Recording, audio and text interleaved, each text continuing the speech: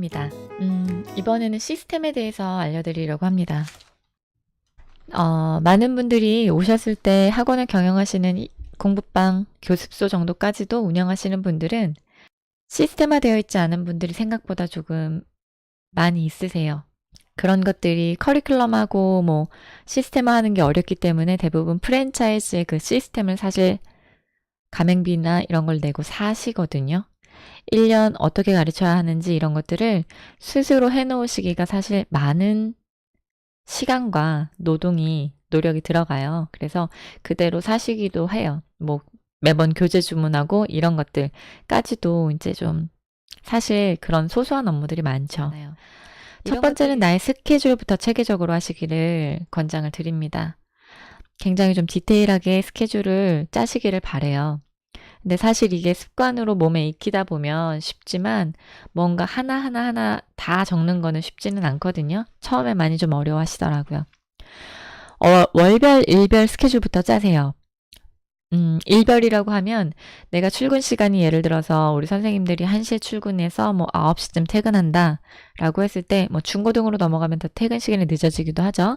초등으로 기준으로 했을 때 공부방이 초등이 좀 많으니까 선생님들 한 1시쯤 출근한다 그러면 원장님들은 대부분 그 전에 오시죠. 오픈도 해야 되고 그러니까.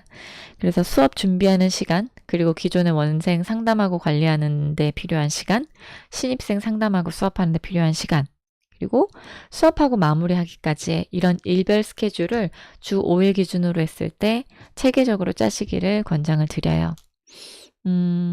만약에 1인으로 경영하시는 분들이시라면 더 디테일하신 게 필요한 것 같아요. 아이들이 뭐 수요일 같은 경우, 금요일 같은 경우는 좀 빨리 오겠지만 그렇지 않고서는 2시 다 넘어야지 오잖아요. 2, 3시 돼야 오잖아요. 그러면 12시부터 한 2, 3시까지는 시간이 가능하단 말이에요. 그 시간대에는 엄마들이랑 상담, 그리고 아이들이 지금 학습을 어떻게 진행하고 있는지에 대한 것들을 훑어보시고 초기 아이들 같은 경우는 좀 더 타이트하게 관리가 필요하시죠. 엄마들이 처음 등록하고서 한 2주 정도까지가 굉장히 유익 있게 관찰할 때잖아요. 근데 이제 자리 잡은 한 2-3달 넘어가기 전까지는 한 달에 한 번씩은 꼭 상담 전화를 드리라는 거를 권장을 하고 있잖아요. 그래서 이 상담 관리하는 데 필요한 시간을 정해 놓으시고 이 시간대는 제가 상담 관리 들어갈 거예요. 라는 거를 정해두시고 통화하신다면 엄마들도 처음에는 시간이 안 나요 라고 하지만 나중에 가서 그 시간에 맞춰서 전화가 온다라는 것만으로도 체계적이구나, 이 선생님이 꼼꼼하구나, 이런 이미지가 각인이 되어서 대부분 믿고 맡기세요. 아이들을 학원에 보낼 수밖에 없어서 보내시는 분들도 있으시지만 스스로를 교육에 내가 일단 관심이 없다. 관심은 있지만 내가 아이를 케어할 자신이 없다. 그리고 스스로를 신뢰하지 못한다. 이런 부분들 때문에 아이들을 학원에 맡기는 거거든요. 그래서 이런 니즈를 조금 가려운 부분을 긁어주신다면 장기 회원으로 갈 수 있는 케이스들이 좀 많이 있어요. 그래서 내가 스케줄을 짜서 내 스케줄 안에, 내 시스템 안에 회원의 상담 까지도 집어넣어서 엄마들도 내 시스템 안에 들어와서 그 시간에만 상담이 가능하게끔 이렇게 통화를 하신다면 가능할 것 같습니다. 이게 익숙해지시면 뭐 수업 준비하는데 시간 할애하는 거, 상담하는 거 시간 할애하는 거, 이런 것들이 되게 원활하게 굴러가시는 원장님들도 계시더라고요. 그래서 일별 스케줄러부터 일단 구매하셔서 내가 시간을 어떻게 사용하고 있는지에 대해서 적어보시길 바랍니다. 수업 준비 시간이 초등 같은 경우는 뭐 전 과목 다 하시는 선생님들이라면 조금 달라지겠지만 단과로 하시는 선생님들은 크게 많은 시간을 할애하지 않으세요. 그래서 기본적으로 아이들이 하고 있는 거에 대해서 체킹하고 채점하고 그리고 원생 상담 관리하는 거, 이런 것들이 오히려 시간을 더 할애를 하시더라고요. 그래서 그런 시간적인 부분, 그 레인지는 스스로 아마 더 잘 알고 계시리라고 생각합니다. 그리고 원장에 만약에 원장 한 분 계시고 뭐 선생님 2분 계시고 이런 교습소 형태 정도라면야 모르겠지만 1명 정도인가요? 그런 정도라면 모르겠지만 1인이실 경우에는 수업하고 있는 도중에 원생 상담 전화가 올 때가 생각보다 많아요. 기존의 원생 상담이라면 엄마들이 뭐 급하거나 이런 게 아니라면 당연히 다 문자도 가능하고 그렇잖아요. 하지만 이게 신입생 상담일 경우에는 원장님들이 이게 안 받을 수도 없고요. 유치를 해야 되는데 그렇다고 하시더라고요. 하지만 결정은 하셔야 된다라고 말씀을 드리고 싶은 게 굉장히 저도 지금 아이를 키우고 있기 때문에 상담을 하러 가요. 예고 없이 가요. 언제든지 오세요라고 해서 가요. 하지만 좋은 인상을 받지 못해요. 왜냐면 아이들이 수업을 하고 있는 도중에 나와서 선생님이 상담을 하는 거기 때문에 그거는 즉 나를 지금은 배려해줘서 원장님이 나랑 상담을 해주지만 내 아이가 그 학원을 다니고 있을 때 내 아이에게 받게 될 피해라는 것 또한 너무나 확연히 보여주는 거거든요.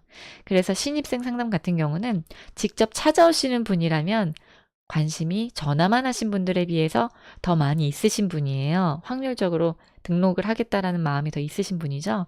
이런 분들 같은 경우에는 밑에서 커리큘럼 문서화 하라라는 내용이 있지만 브로슈어를 꼭 만들어 두시길 바래요.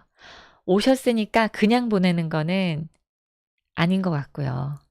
가실 때 뭔가 우리 학원을 한 번 더 어필할 수 있는, 우리 공부방을 어필할 수 있는 브로슈어는 있었으면 좋겠어요.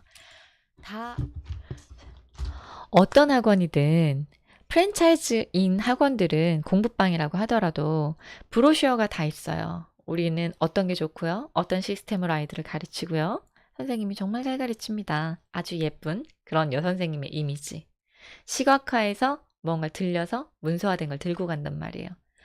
그렇기 때문에 우리 그 프랜차이즈가 아닌 학원들은 어떤 것들이 필요하냐면 이런 것들이 필요해요. 홍보 문구들이. 시스템화되어 있으면 전화 먼저 연락 주신 분들은 제가 몇 시부터 3시부터 8시까지는 아이들을 강의하는 시간이에요. 어머니 죄송하지만 시간이 제가 8시에서 9시 사이에 상담이 가능하실 것 같고요. 그리고 오전 시간 뭐 12시부터 오후 3시 이 사이에 전화를 주신다면 내지는 내 방에 주신다면 원활한 상담이 가능하실 것 같아요.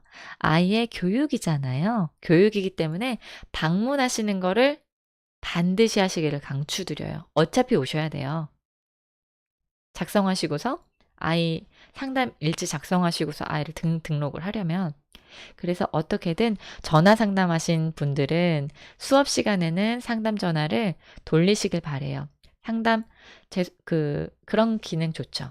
통화대기가 아니죠. 안내. 제가 지금은 상담 중이기 때문에 제가 지금은 수업 중이기 때문에 상담 가능한 시간은 12시에서 3시, 뭐 2시, 그리고 8시에서 9시입니다. 급하신 분들 같은 경우는 긴급 문자 남겨주시면 제가 시간 가능한 시간대에 연락을 드릴게요. 그게 아니라면 방문 예약 잡으시면 언제든지 아이의 교육의 문제에 대해서 오픈된 마음으로 열과 성의를 다해 상담을 해드릴 의향이 있습니다. 라는 멘트 좋고요. 그리고 문자. 상담 전화가 왔는데 받지 못한 것 같은 경우는 문자로 우리 학원에 대한 모토, 철학에 담긴 모토, 그리고 어떻게 운영하는지 상담 가는 시간은 이때라는 거. 방문 예약 잡기 위해서는 뭐 이때 가능하니까 가능한 시간에 연락 주세요. 라는 걸로 문자가 저장이 되어 있으면 바로 보내드리는 데는 1분도 채 허용되지 않잖아요. 1분도 안 걸리잖아요. 그래서 그런 것들로 대체가 가능하세요. 그래서 반드시 스케줄 잡혀져 있고 상담 시간까지도 잡혀져 있으시기를 바랍니다. 그렇게 해서 주 5일에 스케줄이 잡혀져 있다면 아이들을 관리하고 그리고 상담하고 이런 것들까지도 원활하게 돌아가실 수가 있어요. 그 다음에는 월별인데요. 이 일별이 잡혀지게 되면은 크게는 사실 연 단위부터 해서 월별로 쪼개고 일별로 쪼개고 이러는데 이거는 개인적인 거에 따라 다 다르더라고요. 그래서 그때그때 맞추시길 바라고 그 다음에는 월별입니다. 월별로 해야 될 마케팅들이 다 있어요. 시험도 있고요. 각종 대회도 있고요. 이건 과목에 따라 다 다르죠. 미술 같은 경우는 대회가 있을 수 있고요. 뭐 수학도 그렇고 올림피아드 같은 거. 시험이 있죠. 중간 기말. 그에 따라서 각 필요한 교재를 제작한다든지 마케팅이 필요해요. 교재 제작하는 거는 시험 대비가 있을 수 있겠고, 그리고 아이들 단원별로 부족분에 대해서는 테마적으로 넘길 수도 있겠죠. 그리고 방학 기간에 특강 이런 것들 만드시잖아요. 공부방이라고 해서 초등만 가르치시는 게 아니잖아요. 예비 중등 있고요. 중등 고등 하시는 분들이 있으세요. 이런 경우에는 더더욱 필요하시죠. 주요 과목 하시는 분들 같은 경우는 꼼꼼함과 개별 지도에 조금 더 힘을 실으신다면 좋을 것 같아요. 그 선생님 쉽게 잘 가르쳐. 이 말만 나오면 거의.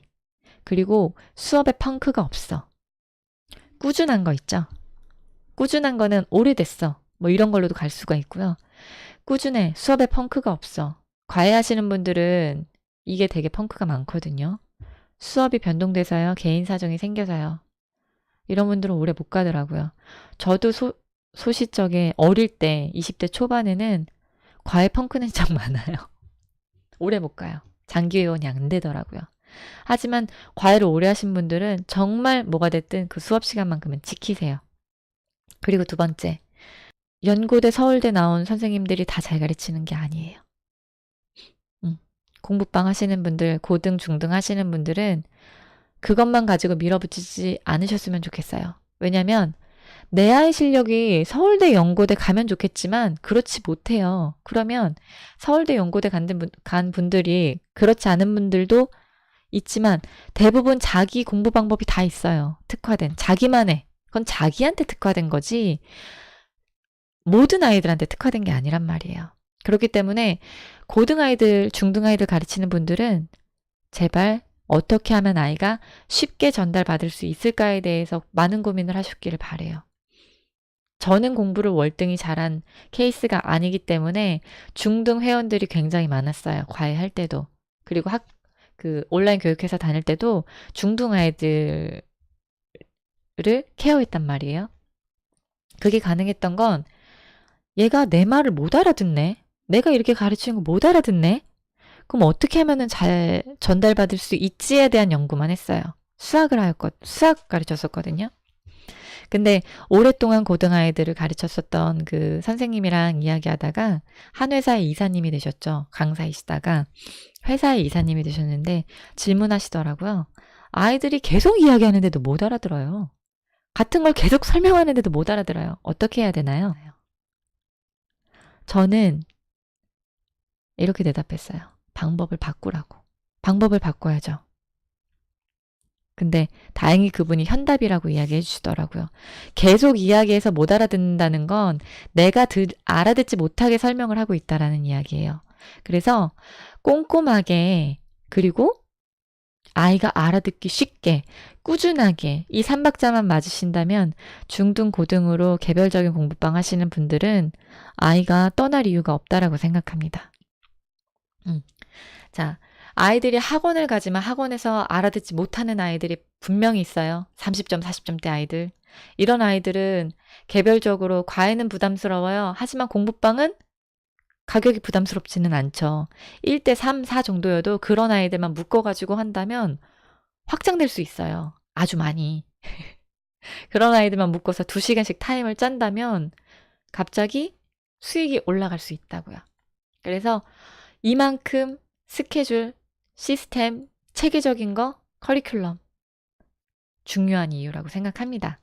얘기가 조금 다른 데로 갔는데 그렇게 해서 일별 스케줄이 짜진 다음에 그 다음에 월별 그게 연간으로 그게 한눈에 내 눈 안에 들어와 있으면 선생님을 뽑아서 시킬 때도 그 선생님이 그걸 보고 따라갈 수 있더라고요.